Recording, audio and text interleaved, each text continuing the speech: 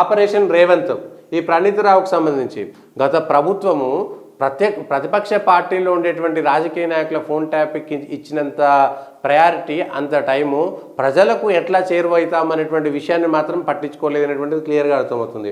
అనవసరంగా వాళ్ళు చేయబట్టి ఒక ఆఫీసర్లు ఇద్దరు ముగ్గురో నలుగురో వాళ్ళు ఇబ్బంది పడేటువంటి పరిస్థితి వచ్చింది. ఈ ఆఫీసర్లు కూడా వాళ్ళ దగ్గర మంచి మార్కులు కొట్టేయడం కోసము, యాక్సిలేటరీ ప్రమోషన్ల కోసము, పైసల కోసం ఏం చేశారు, కక్కుర్తిపడి ఇట్లా అప్రజాస్వామ్యమైనటువంటి విధానంలో వాళ్ళు ట్యాపింగ్ చేశారు.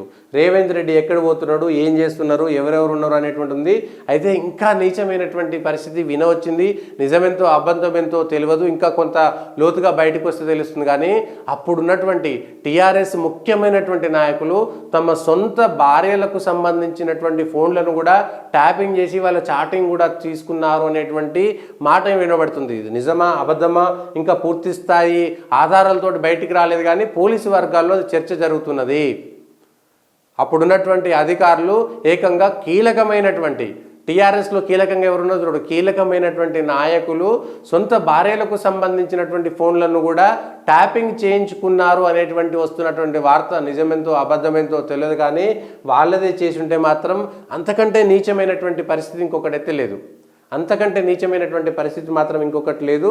దానికి సంబంధించినటువంటి అంశంలో కూడా మరి వీళ్ళు ఏం చేస్తారు, ఈ ప్రణీత్ రావు ఏమవుతుంది, ప్రభాకర్ రావు ఏమవుతాడు, వీళ్ళిద్దరూ అరెస్ట్ అవుతారా, జైలుకి పోతారా? అయితే అధికారులు కూడా జాగ్రత్తగా ఉండాలి.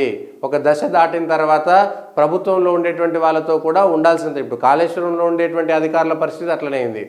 అధికారులు కేసీఆర్ లేకపోతే అప్పుడు ఉన్నటువంటి రాజకీయ నాయకుల ఒత్తిళ్లతోటి కాళేశ్వరం అట్లే కట్టిరు.